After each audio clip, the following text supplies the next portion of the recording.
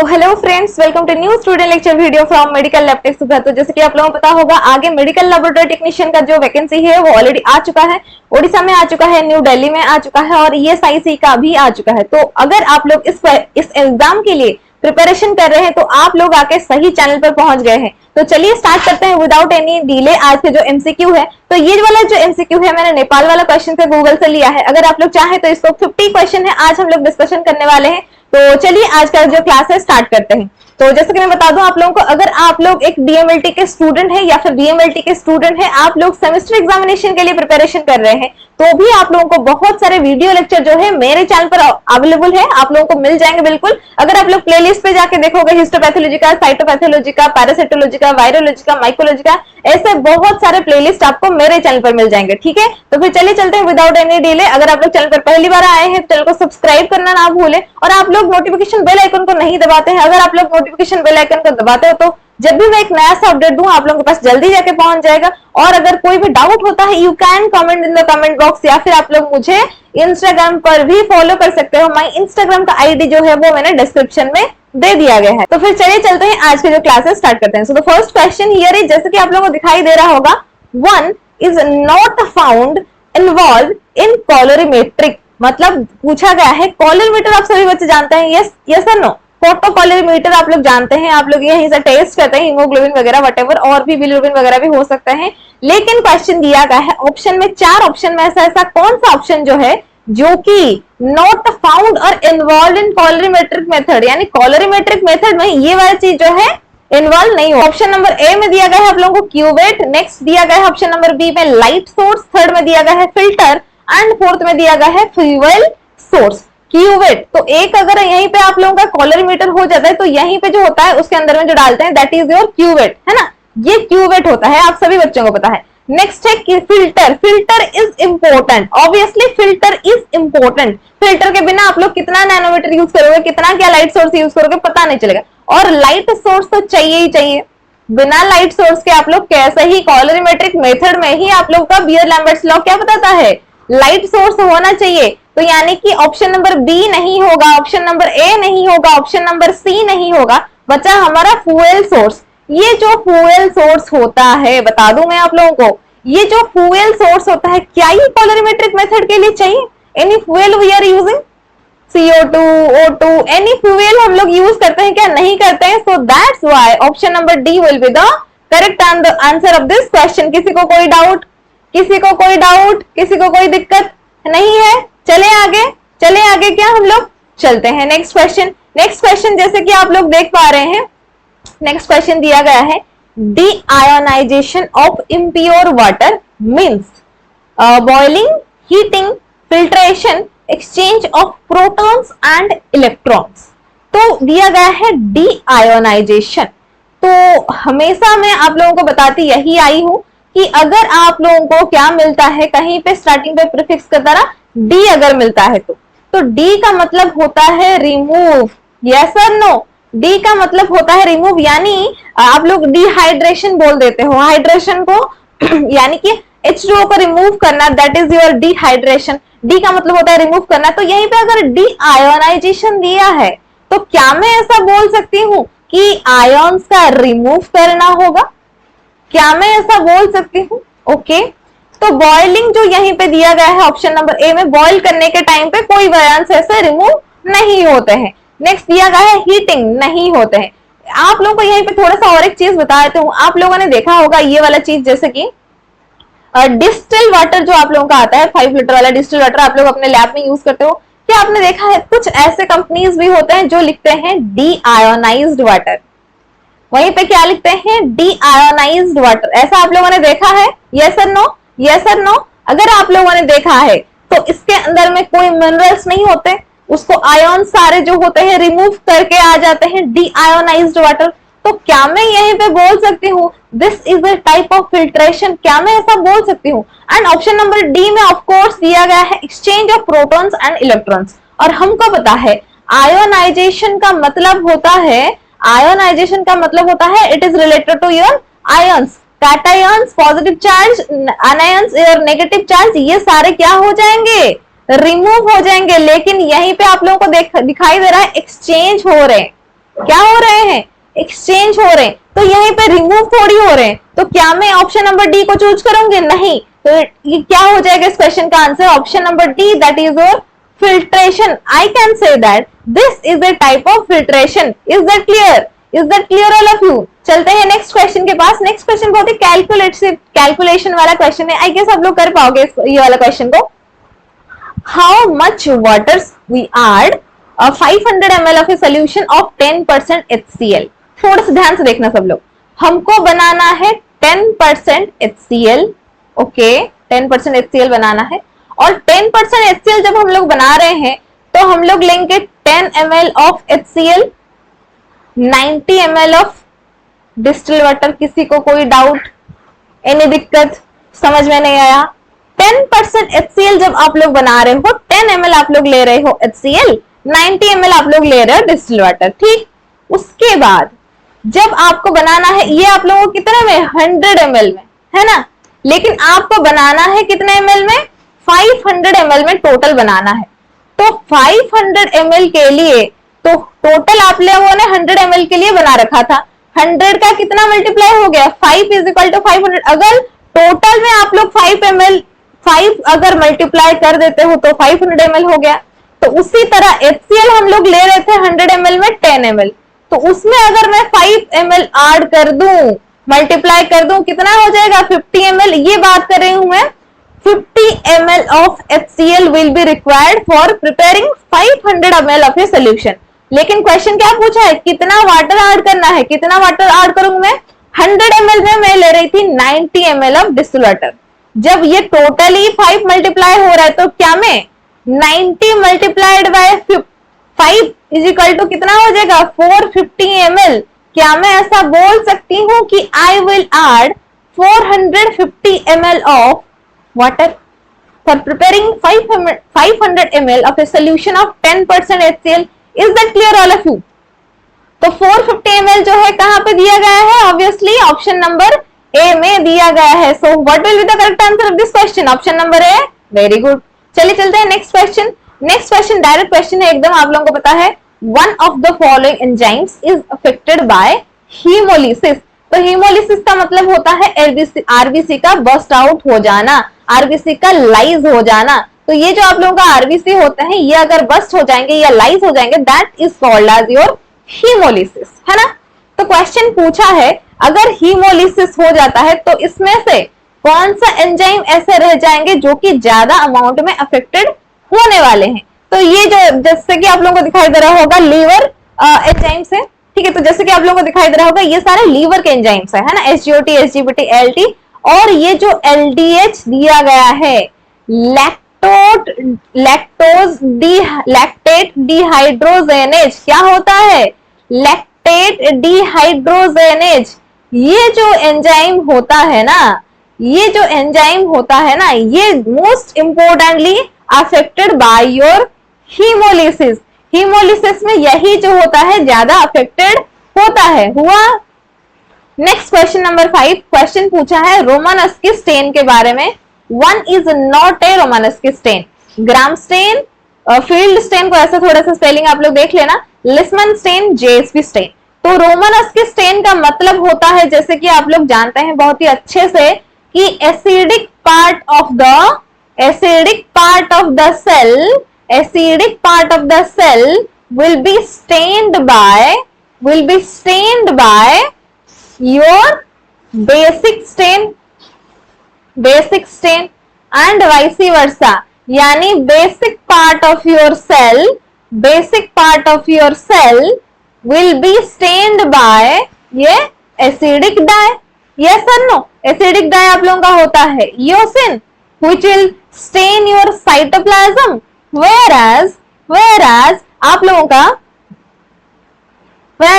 लोगों का जो बेसिक पार्ट होता है, जैसे कि आप लोगों का nucleus, which will be stained by your hemotoxylin, है ना। इतना चीज सब लोगों का क्लियर है ना।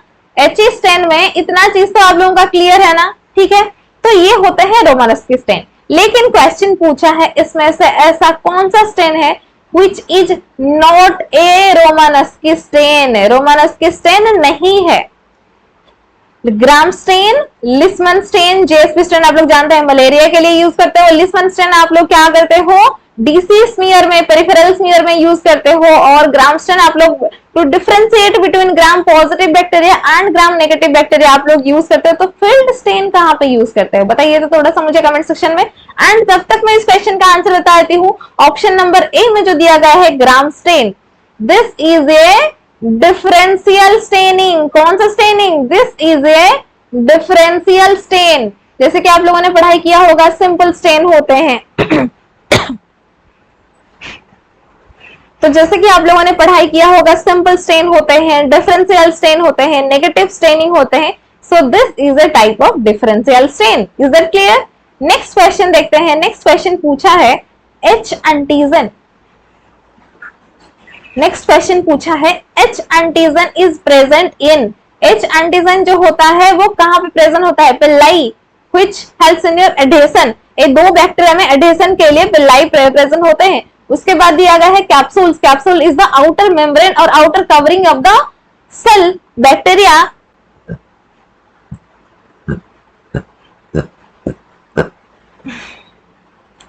which protects the bacteria from any type of phagocytosis, from any type of phagocytosis. So that is your capsule, protective layer. Next दिया गया है flagella. Flagella is the locomotory organ in a bacteria which helps in your locomotion, movement. It is made up of a protein called flagellin. And option number D में दिया गया है cell membrane. Cell का जो membrane होता है that is your cell membrane. तो question पूछा है एच एंटीजन जो होते हैं वो कहां पे प्रेजेंट होते हैं, and obviously the correct answer is flagella. Flagella जो लोकोमोटरी ऑर्गन होते हैं इन योर बैक्टीरियल सेल, इसके अंदर में ही क्या प्रेजेंट होते हैं, एच एंटीजन प्रेजेंट होते हैं। Is that clear all of you? अच्छा लग रहा है? वीडियो को ऐसे ही लाइक करते रहना। आप लोग लाइक नहीं करते, चैनल को सब्सक्राइब नहीं करते, ठीक। नेक्स्ट क्वेश्चन दिया गया है one of these is prokaryotic cell.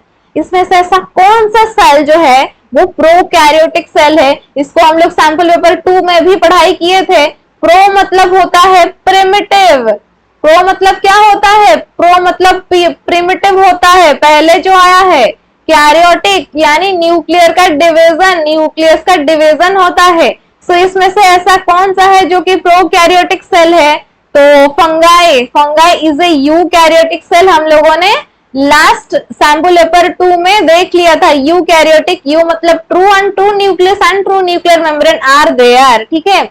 एंटामोeba histolytica parasite, all of the above. और उसके बाद दिया गया है बैक्टीरिया। सो इसका आंसर हो जाएगा option number C, bacteria. Bacteria जो होते हैं they are your prokaryotic cells. वो क्या होते हैं, they are primitive in nature. ये क्या होते हैं, they are primitive in nature. So that's why bacteria is prokaryotic cell. Next question देखते हैं, question number 8। The sterilization of autoclave is. तो स्टेरिलाइजेशन चैप्टर जो है आपके एग्जामिनेशन के लिए बहुत ही इंपॉर्टेंट है। आप लोग जानते हैं ड्राई हीट स्टेरिलाइजेशन को, आप लोग जानते हैं मॉइस्ट हीट स्टेरिलाइजेशन को। ये चैप्टर गाइस बहुत ही इंपॉर्टेंट है फॉर योर एग्जामिनेशन। इस चैप्टर को बहुत ही अच्छे से 2-3 बार रिवाइज कर लीजिए। यस, एंड ऑटोक्लेव का स्टेरिलाइजेशन जो पूछा है आप लोगों को, एंड आई नो दैट ये आप लोगों को पता होगा, that is your none other than 121 degree Celsius for 15 minutes में आप लोग करते हो ऑटोक्लेव का स्टेरिलाइजेशन। तो यहीं पे अगर मैं आप लोगों को पूछूं कि हॉट ऑटोक्लेव जो होता है ये ड्राई हीट स्टेरिलाइजेशन में आ जाएगा या मॉइस्ट हीट स्टेरिलाइजेशन में आ जाएगा, ये आप लोग मुझे बताएंगे कमेंट सेक्शन में। ये आप लोग मुझे कमेंट सेक्शन में बता दीजिएगा, ठीक है। हो गया इस क्वेश्चन। नेक्स्ट क्वेश्चन पे चले। The best media for urine culture is. Urine जो होता है जब आप लोग इसे कल्चर करते हो, एक मीडिया में, एक अगर में करते हो, है ना, तो वो अगर कौन सा होता है, क्वेश्चन पूछा है। ब्लड अगर, चॉकलेट अगर, क्लेड अगर, TCBS। तो 4 ऑप्शन आप लोगों को मिल गए होंगे, ठीक है। तो आप लोगों ने लेबोरेटरी में क्या यूज किया होगा, यूरिन के लिए आप लोगों ने यूज किया होगा ऑब्वियसली क्लेड अगर। कौन सा अगर, क्लेड अगर आप लोग यूज करते हो for urine culture, CLED। Cystine, lactose, ED का मतलब क्या होता है फुल फॉर्म बता दो आप लोग कमेंट सेक्शन में, ठीक है। क्लेड अगर का फुल फॉर्म जो होता है आप लोग मुझे कमेंट सेक्शन पे बता देंगे। CLED agar is the best media for urine culture. हुआ, is it clear? Next question पे चलें। Infective stage of Ascaris lumbricoides, Ascaris lumbricoides. तो यहीं पे मैं आप लोगों को बता देती हूं एक चीज, राउंड वर्म, उसके बाद आप लोगों का हुक वर्म, उसके बाद आप लोगों का टेप वर्म, उसके बाद आप लोगों का पिन वर्म। ये 4 वर्म के नाम क्या आप लोगों को पता है? Let me know in the comment section. क्या आप लोगों को पता है राउंड वर्म क्या होते हैं? उसके बाद आप लोगों को क्या पता है हुक वर्म क्या होते हैं, टेप वर्म क्या होते हैं, पिन वर्म क्या होते हैं? आप लोगों को पता है क्या? Tapeworm is your Taenia सैजिनेटा and Taenia solium, Taenia सैजिनेटा and Taenia solium. और उसके बाद पिन वर्म इज योर एंटेरोबायस वर्मिकुलरिस, ये होते हैं आप लोगों के एंटेरोबायस वर्मिकुलरिस। आप लोगों का राउंड वर्म और हुक वर्म जो होता है बच्चे हो जाते हैं इस पे कंफ्यूज। तो आप लोग मुझे कमेंट सेक्शन पे बताएंगे कि ये राउंड वर्म कौन सा होता है, as well as your hookworm कौन सा होता है।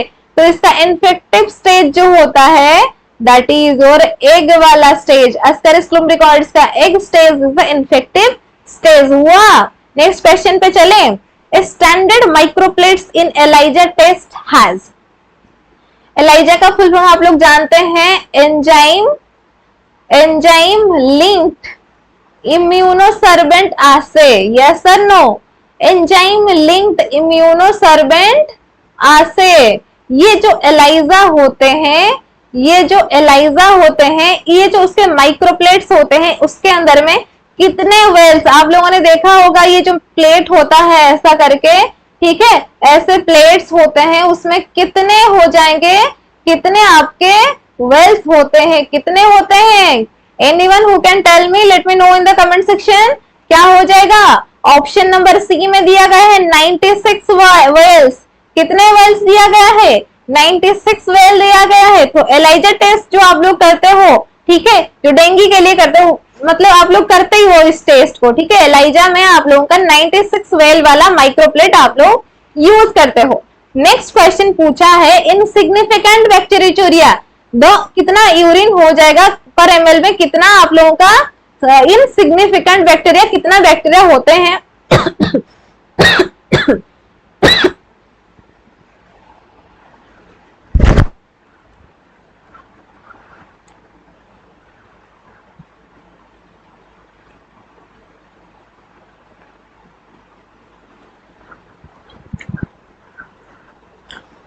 तो ऑप्शन नंबर ए आप लोगों को दिखाई दे रहा है, ऑप्शन नंबर बी भी आप लोगों को दिखाई दे रहा है, ऑप्शन नंबर सी भी आप लोगों को दिखाई दे रहा है, एज वेल एज डी। तो आप लोग मुझे कमेंट सेक्शन पे बताइए अगर सिग्निफिकेंट बैक्टीरिया हो रहा है तो यूरिन में कितना आप लोगों का बैक्टीरिया देखने के लिए मिलेंगे। And the correct answer of this question will be greater than 10 दिखाई देंगे आप लोगों के बैक्टीरिया इन योर यूरिन।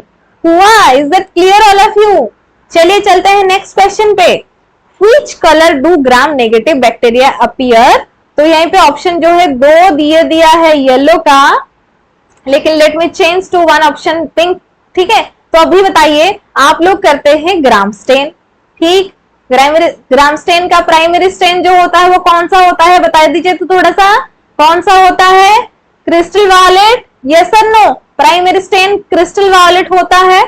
उसके बाद आप लोग डीकलराइजर यूज करते हो, है ना, डीकलराइजर यूज करते हो। उसके बाद आप लोग डालते हो secondary stain and that is your safranin. तो जो होते हैं आप लोगों के ग्राम पॉजिटिव बैक्टीरिया, उनका क्या हो जाएगा? They will retain the primary stain, where जो ग्राम नेगेटिव बैक्टीरिया होंगे जिनके पास थिक पेप्टाइडोग्लाइकन लेयर नहीं होगा, वो क्या कर जाएंगे? डीकलराइजर ऐड करने के बाद वो डीकलराइज कर जाएंगे। उसके बाद वो जो सेकेंडरी स्टेन है उसको ले जाएंगे एंड ये जो हो जाएगा कौन सा कलर हो जाएगा आप लोगों का? That will be your pink colour. ये कौन सा कलर हो जाएगा? पिंक कलर हो जाएगा। तो क्या आंसर हो जाएगा इस क्वेश्चन का? Option number D, that is pink in colour हुआ। अगर ग्राम पॉजिटिव का पूछता तो क्या बताते आप लोग? अगर ग्राम पॉजिटिव का बताता तो क्या बताते आप लोग? चलिए, let me know in the comment section. Next question दिया गया है, which of the following is not true. ठीक है, तो आप लोगों को हमेशा क्वेश्चन में ये देखना है कहां पे लिखा है ट्रू और कहां पे लिखना है नॉट। ये बहुत ही इंपॉर्टेंट है। बच्चे इसमें गलती कर देते हैं क्योंकि आप लोग क्वेश्चन को देखते नहीं कि आंसर को टिक लगा लेते हो, लेकिन ऐसा नहीं करना है बिल्कुल। इट्स जस्ट बिकॉज क्या होता है, इसमें आप लोगों का गलती हो जाता है और माइनस मार्किंग हो जाता है। और आप लोगों को पता है माइनस मार्किंग इज देयर, है ना। तो इसमें से कौन सा ट्रू नहीं होगा? अगर इज इनर्ट, अगर इज न्यूट्रिशियस, अगर सॉलिडिफाइज एट 42 डिग्री सेल्सियस, अगर मेल्ट्स एट 96 डिग्री सेल्सियस। तो चलिए बताइए, अगर के बारे में इसमें से कौन सा ऐसा चीज है जो कि ट्रू नहीं है, मतलब फॉल्स है। तो आप लोग जब प्रिपरेशन करते हैं मीडिया का, तो इसमें आप लोग अगर डालते हो फॉर योर सॉलिडिफिकेशन सेमीसॉलिड बनाना है, इसे it acts as a gel medium, तो इसीलिए आप लोग क्या करते हो, अगर डालते हो। लेकिन ये अगर जो होता है it doesn't provide any nutrition, ठीक है, it doesn't provide any nutrition to the media. अगर आप लोग कोई भी ये जो है न्यूट्रिशन प्रोवाइड नहीं करता है, सो ये वाला जो ऑप्शन है दिस इज नॉट ट्रू, यानी दिस इज फॉल्स। नेक्स्ट दिया गया है इन मायोकार्डियल इन्फेक्शन, इन्फेक्शन लिख दिया है, दैट इज एक्चुअली इन्फेक्शन, है ना। तो इसमें दिया गया है व्हाट एंजाइम आर रिस्पॉन्सिबल, ऐसे कौन से एंजाइम्स होते हैं जो कि रिस्पॉन्सिबल होते हैं फॉर योर मायोकार्डियल इन्फेक्शन और योर हार्ट अटैक। चलिए, आजकल बहुत ही देखने के लिए मिलते हैं। तो कौन सा एंजाइम रिस्पॉन्सिबल होता है इसके लिए? दिया है CKMB, AST, ALT as well as CKBB। तो ये क्वेश्चन का आंसर हो जाएगा CKMB, यानी क्रिएटिनिन काइनेज, ठीक है, क्रिएटिनिन काइनेज MB।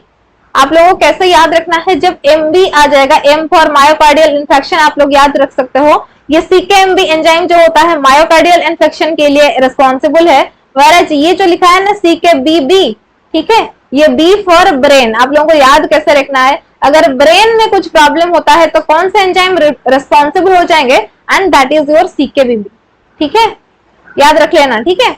चलिए नेक्स्ट क्वेश्चन देखते हैं।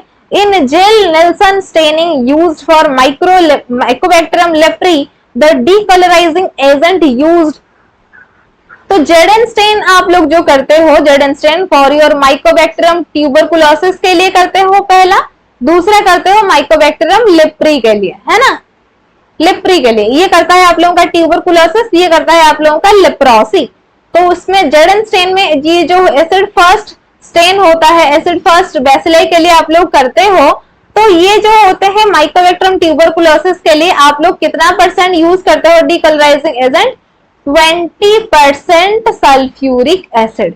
कितना %? 20%। लेकिन क्या पूछा है, माइकोबैक्टीरियम लेप्री के लिए पूछा है। लेप्री के लिए अगर पूछा है तो कितना % आप लोग यूज करते हो? 5% sulphuric acid. Is that clear? तो कहां पे लिखा है 5%? तो इस क्वेश्चन का आंसर ये हो जाएगा। Any doubt? किसी को कोई दिक्कत, किसी को कोई प्रॉब्लम? नेक्स्ट क्वेश्चन नंबर दिया है, question number 17। Platelets are formed from what type of cell? कौन से सेल से आप लोगों का प्लेटलेट्स बनते हैं? Melanocytes, macrophages, astrocytes, megakaryocytes. तो बताइए मेरे को आंसर क्या हो जाएगा? प्लेटलेट्स कौन से सेल से बनते हैं? And they are your known as megakaryocytes. यहीं पे बॉन्डिंग वगैरह नहीं होते हैं, बाइनरी फिशन वगैरह नहीं होते। ये जो मेगाकारियोसाइट, मेगा मतलब आप लोग समझ रहे हो, बड़ा सा होगा खुद, फिर क्या हो जाएगा, ब्रेक डाउन होके ये बन जाएगा प्लेटलेट। तो इसीलिए ये नाम से ही मेगा है। तो ये जो मेगाकारियोसाइट्स होते हैं, they break down and they form your platelets. ठीक है, क्या बनते हैं? प्लेटलेट बनते हैं, थ्रोम्बोसाइट बनते हैं। यस और नो? यस और नो? तो इस क्वेश्चन का आंसर हो जाएगा ऑप्शन नंबर डी। किसी को कोई डाउट तो नहीं? Next question, which of the following white blood cells is capable of phagocytosis? Phagocytosis का मतलब होता है engulf करना, ठीक है, engulf करना, डाइजेस्ट कर लेना खाने को, ठीक है, तो इस चीज को एनगल्फ करने वाला दैट इज योर फागोसाइटोसिस। तो इसमें से ऐसा कौन सा WBC होते हैं?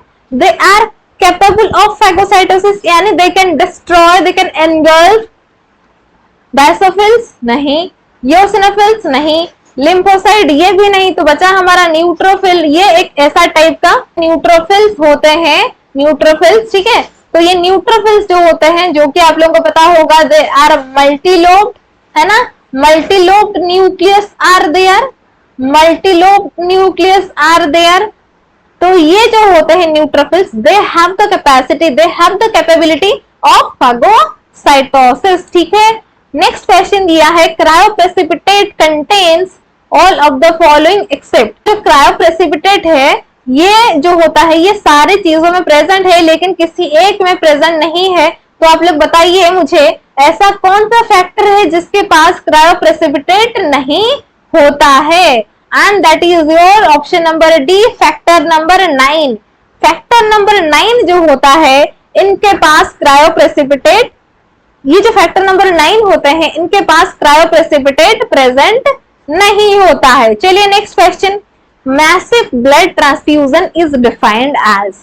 मैसिव ब्लड ट्रांसफ्यूजन क्या होता है बेटा? देख लो, जनरली जो होते हैं PRBC होते हैं ना, PRBC यानी पैक्ड RBC, आप लोगों को पता होगा, in your blood bank packed RBC जो ट्रांसफ्यूजन होता है इसका, इसको बोलते हैं मैसिव ब्लड ट्रांसफ्यूजन, अगर ये ज्यादा अमाउंट में होते हैं तो यहीं पे अगर ग्रेटर देन 50% में हो रहा है तो ये इसको मैसिव ब्लड ट्रांसफ्यूजन हम लोग बोल सकते हैं। तो ग्रेटर देन 50% में कहां पे दिया है? ऑप्शन नंबर डी में जो दिया गया है, 60% blood volume in 24 our.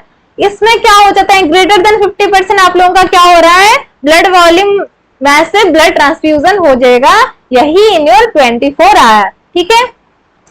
Next question दिया गया है, 1 unit of random donor platelet ideally increases the platelet count in an adult by. अगर आप लोग जो RDP होता है ना, रैंडम डोनर प्लेटलेट जो होता है, RDP होता है इन योर ब्लड बैंक, अगर आप लोग 1 यूनिट देते हो तो कितना बढ़ जाएगा आप लोगों का प्लेटलेट का काउंट, यही पूछा है आप लोगों को। तो इसमें कितना हो जाएगा? ऑप्शन नंबर ए यानी 5000 platelet will increase if we will provide 1 unit of random donor platelet. Next question है, average life span of platelet 2 10 days होते हैं। नेक्स्ट क्वेश्चन दिया गया है, pseudothrombocytopenia is due to. Thrombocytopenia आप लोगों को पता है, थ्रोम्बोसाइटोपेनिया जो होता है, जब पेनिया दे दिया है, पेनिया मतलब डिक्रीज हो जाना, यहीं पे क्या डिक्रीज हो जाएगा? थ्रोम्बोसाइट डिक्रीज हो जाएंगे, यानी प्लेटलेट डिक्रीज हो जाएंगे। अगर ये प्लेटलेट डिक्रीज हो रहे हैं, लेकिन क्या लिखा है? सीडो लिखा है, सीडो थ्रोम्बोसाइटोपेनिया। सीडो मतलब फॉल्स होता है, और ये फॉल्स मतलब क्या हो जाएगा? प्लेटलेट डिक्रीज एक्चुअली नहीं करेंगे, फॉल्सली इट विल डिक्रीज, ठीक है। तो इस क्वेश्चन का आंसर क्या हो जाएगा? Option number A, that is your EDTA, ethylene diamine tetraacetate. ये वाला एंटीकोएगुलेंट अगर आप लोग यूज करते हो तो सीडोथ्रोम्बोसाइटोपेनिया दिखाई दे सकते हैं। हुआ? Is that clear? Next question देखते हैं। नेक्स्ट क्वेश्चन दिया गया है, फैक्टर 13 डेफिशिएंसी कॉज। फैक्टर 13 अगर डेफिशिएंसी होता है तो क्या कॉज करेगा? प्रोथ्रोम्बिन टाइम प्रोलॉन्ग हो जाएगा, active partial prothrombin time prolong हो जाएगा, थ्रोम्बिन टाइम प्रोलॉन्ग हो जाएगा, नॉन ऑफ द एबव। हुआ? तो इस क्वेश्चन का क्या आंसर होगा आप लोग मुझे कमेंट सेक्शन में बताइए। तो इस क्वेश्चन का आंसर हो जाएगा option number C, that is your thrombin time totally will क्या हो जाएगा? थ्रोम्बिन टाइम टोटली क्या हो जाएगा? प्रोलॉन्ग हो जाएगा ड्यू टू द फैक्टर 13, ठीक है। नेक्स्ट आज का फाइनली लास्ट क्वेश्चन हम लोगों के पास आ गया है, 25 क्वेश्चन। नेक्स्ट क्वेश्चन जो है, next 25 questions we will read in the next class. Teardrop cells are seen in CML, LL, ALL, myelofibrosis, polycythemia. तो teardrop cells क्या होते हैं, पहले आप लोगों को ये जानना पड़ेगा। तो आप लोगों के बोन मैरो में ब्लड सेल्स प्रोडक्शन होते हैं, कहाँ पे कहाँ पे प्रोडक्शन होता है? बोन मैरो में ब्लड सेल प्रोडक्शन होते हैं, एरिथ्रोपोएसिस होता है, एरिथ्रोसाइट्स यानी RBC प्रोडक्शन होता है। अगर ये अगर ये अब नॉर्मल आरबीसी प्रोडक्शन किया तो क्या हो जाएगा, दे विल जैसे कि आप लोग का सिकल सेल एनीमिया कंडीशन में आप लोग का आरबीसी कैसे दिखते हैं, सिकल सेल दिखते हैं, तो वैसे ही अगर जनरली अगर आरबीसी टीयर ड्रॉप की तरह देखने लगे, so they will be called as your tear drop cells and generally ये कौन से कंडीशन में देखने के लिए मिलते हैं, माइलोफाइब्रोसिस। कौन से कंडीशन में देखने के लिए मिलते हैं, माइलोफाइब्रोसिस कंडीशन में आप लोगों का टीयर ड्रॉप सेल्स देखने के लिए मिलते हैं। तो आज का जो क्वेश्चन है आप लोगों का यहीं पे हो जाता है खत्म। अगर वीडियो आप लोगों को अच्छा लगा तो चैनल को सब्सक्राइब कीजिए, वीडियो को लाइक कीजिए एंड कमेंट करना ना भूले। अगर पहली बार आए हैं तो चैनल को बिल्कुल सब्सक्राइब करके जाइए, ठीक है। फिर मिलते हैं इन द नेक्स्ट क्लास, और नेक्स्ट क्लास में हम लोग पढ़ने वाले हैं इसका जो 25 क्वेश्चन और बच गया है उसको हम लोग डिस्कशन करने वाले हैं। तो फिर मिलते हैं in the next class. Thank you all of you.